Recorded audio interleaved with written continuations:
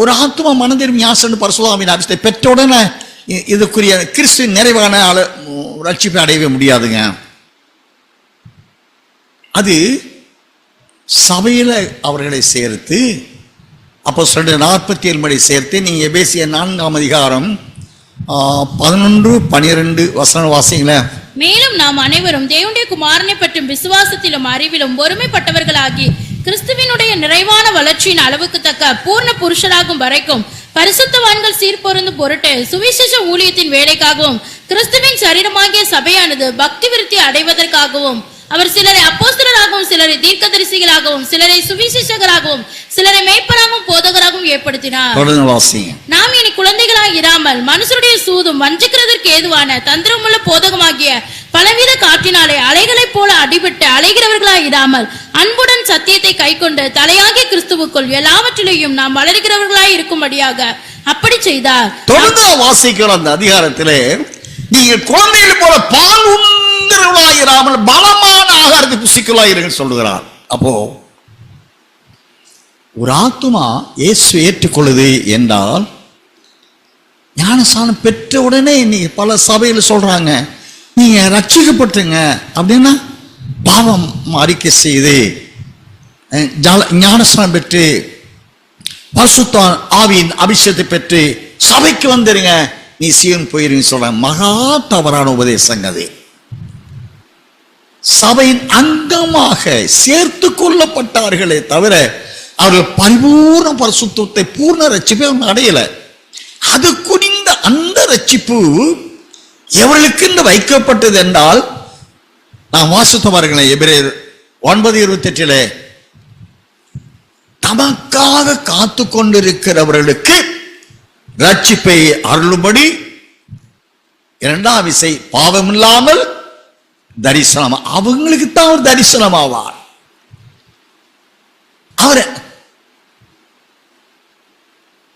அவர் தரிசனமாகும் போது பாவம் இல்லாமல் அவருக்காக காத்து கொண்டிருக்கிறவர்கள் யாருங்க? நம்ம மத்திய 25ஆம் அதிகாரத்துல 10 வாசிக்கிறோம். 10 கன்னிகையில் காத்திருந்தார்கள். அவர்களை புத்தியுள்ள 5 பேர் தீவெட்டிகளோடு எரிகிற தீவெட்டிகளோடு அவர்கள் வாசல் அண்டை காத்து கொண்டிருக்கிறார்கள். இதோ மணவாளன் வருகிறார், சத்தம் கேட்கிறது, கதவு திறக்கப்பட்டது. அவர்கள் மணவாளனோடு சேர்ந்து கல்யாணத்திலே பங்கடைந்தார்கள் என்று பார்க்கிறோம். அவருக்காக காத்து கொண்டிருக்கிறவர்கள். வேதம் சொல்லுகிறது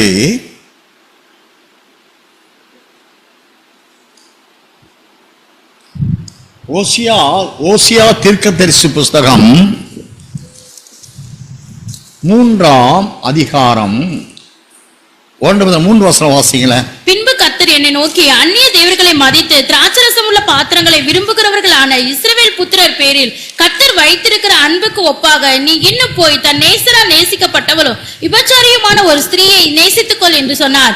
அப்பொழுது நான் அவளை எனக்கு 15 வெள்ளிக்காசுக்கும் 1.5 கிலோ வாட்கோதுமைக்கும் கொண்டு அவளை நோக்கி நீ வேசித்தனம் பண்ணாமலும் ஒருவனையும் சேராமல் அநேக நாள் எனக்காக காத்திரு, உனக்காக நானும் காத்திருப்பேன் என்று அவளை நோக்கி அவள்னா அவருக்காக காத்திருக்க மணவாட்டியை நோக்கி அவளை நோக்கி நீ வேசித்தனம் பண்ணாமலும் ஒருவனையும் சேராமலும் அநேக நாள் எனக்காக காத்திரு, உனக்காக நானும் காத்திருப்பேன்.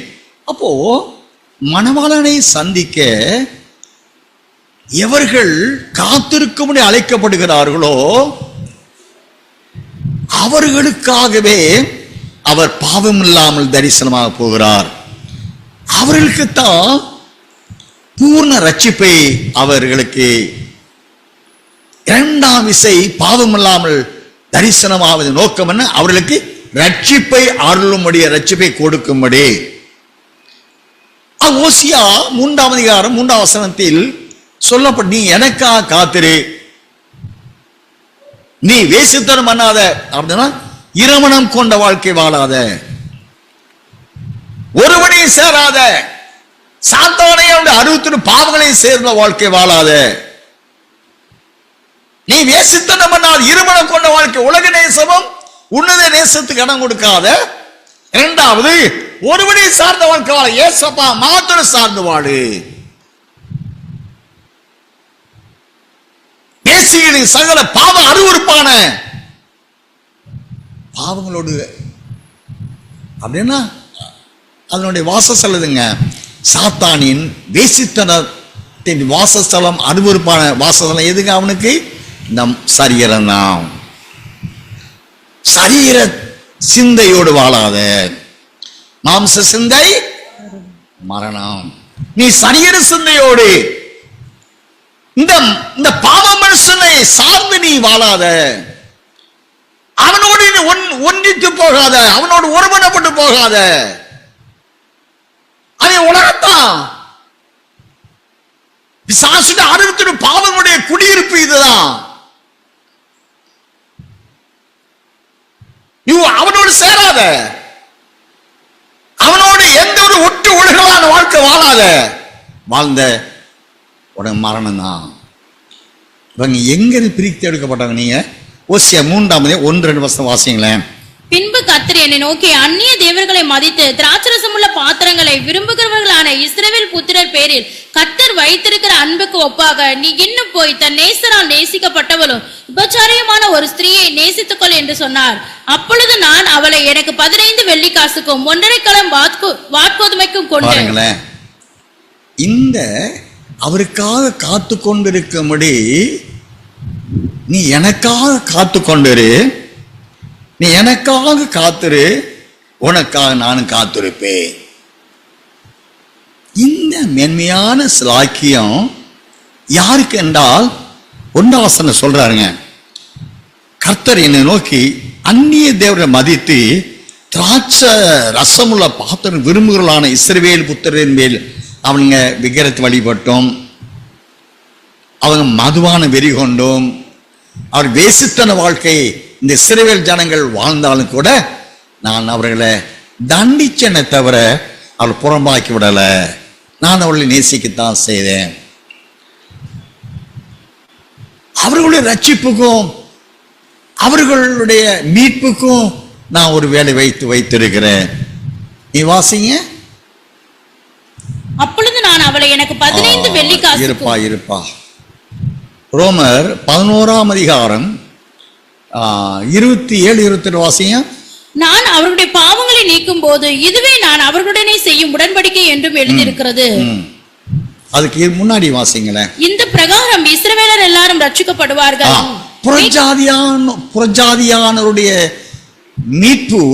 புறஜாதியானுடைய மீட்பு நிறைவடைகிற வரைக்கும் சிறுவர்களுடைய இருதயம் ஒரு பங்குக்கு, எல்லா சிறுவர்களும் அல்ல, அதுல ஒரு பங்கு, 3/1 தான் மீட்கப்படுவாங்க. சிறுவர்கள் 3/2 தண்டிக்கப்படுவாங்க. அதுக்குரிய வசனங்களாமா சாரியா தீர்க்கதரிசி சொல்லப்பட்டு இருக்குங்க. ஆகினாலே 3/1 அவங்க மீட்கப்படுவாங்க. எப்போ? முதலாவது புறஜாதியானுடைய மீட்பு நிறைவடையணும். அதைத்தான் வெளிப்படுத்த 12ஆம் அதிகாரத்துல 14ஆம் வசனத்தில் ஸ்திரியான வனாந்தரத்துக்கு மறுமடைஞ்சு பறந்து போயிட்டா ஆசாளுக்கு.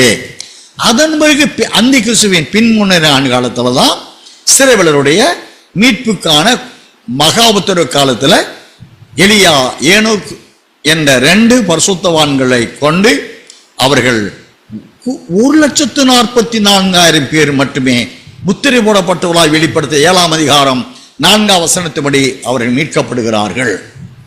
ஆக அதுதான் சொல்றாரு, தமக்காக காத்து கொண்டிருக்கிறவங்களை நான் எப்படி நேசித்து அழைத்து கொண்டேனா, எனக்கு மனவாட்டியாக தெரிந்து கொண்டேனா, சிறுவலர்கள் என்னை விட்டு அவன் விக்கிரத்தை வழிபட்டாங்க, மதுபானமணி வெறி கொண்டவர்களா இருந்தாங்க.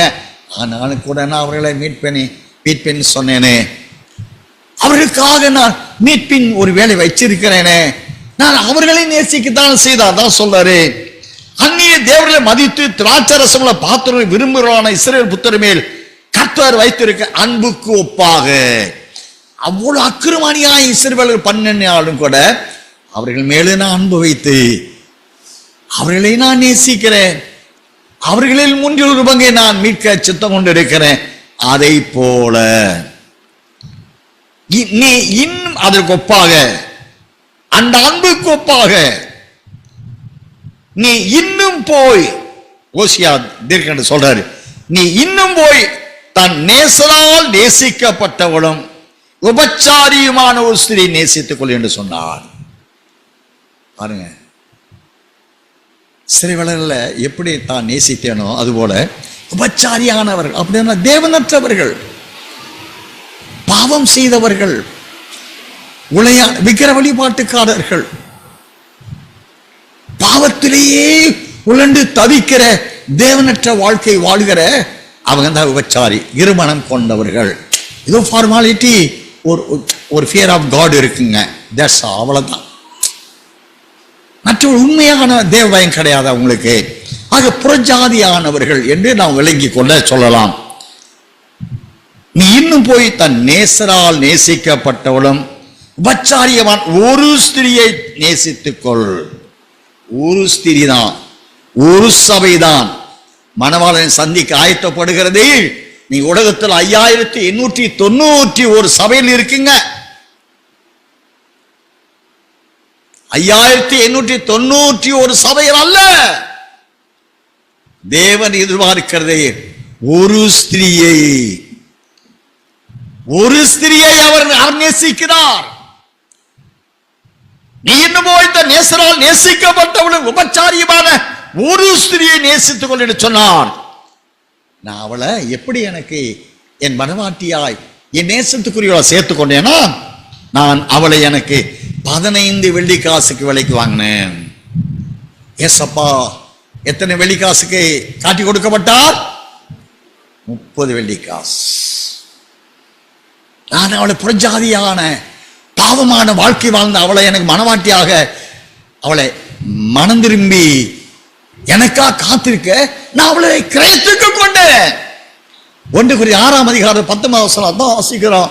நீங்கள் கிரயத்துக் கொள்ளப்பட்டீர்களே. வாசிங்க அந்த வசனத்தை. கிரயத்துக்கு கொள்ளப்பட்டீர்களே, ஆகையால் தேவனுக்கு உடையவைகளாகிய உங்கள் தேவனுக்கு உடையவைகளாகிய நீங்க பாருங்க, கிரயத்துக்கு விலைக்கு வாங்கப்பட்டவங்க நாம.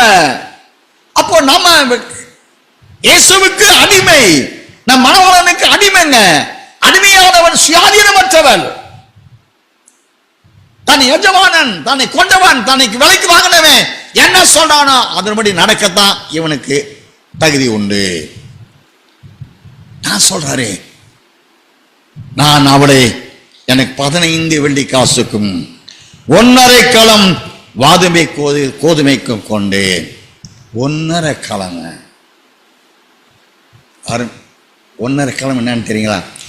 அருமை ரட்சகர் உலகத்தில் 33 ஆண்டு காலம் வாழ்ந்தாருங்க.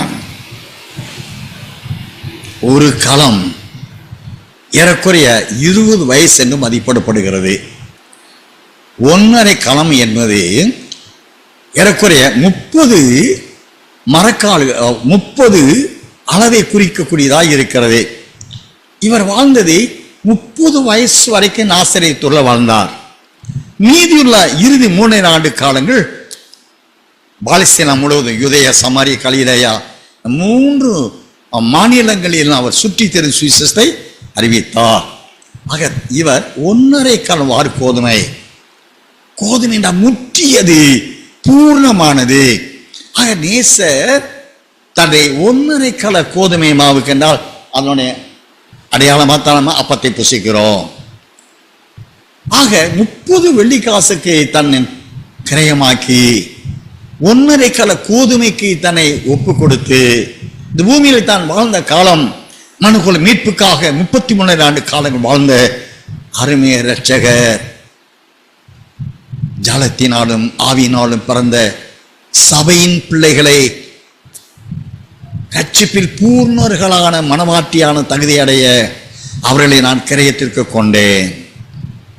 அவளை நான் 15 வெள்ளிக்காசுக்கும் 1.5 களம் வாதுமை கோதுமைக்கும் கொண்டேன். இந்த வீடியோ உங்களுக்கு பிடிச்சிருந்தா லைக் பண்ணுங்க, உங்க நண்பர்களுக்கும் ஷேர் பண்ணுங்க, அப்படியே நம்ம சேனலுக்கும் சப்ஸ்கிரைப் பண்ணிடுங்க. நன்றி. அடுத்த வீடியோவில் சந்திப்போம்.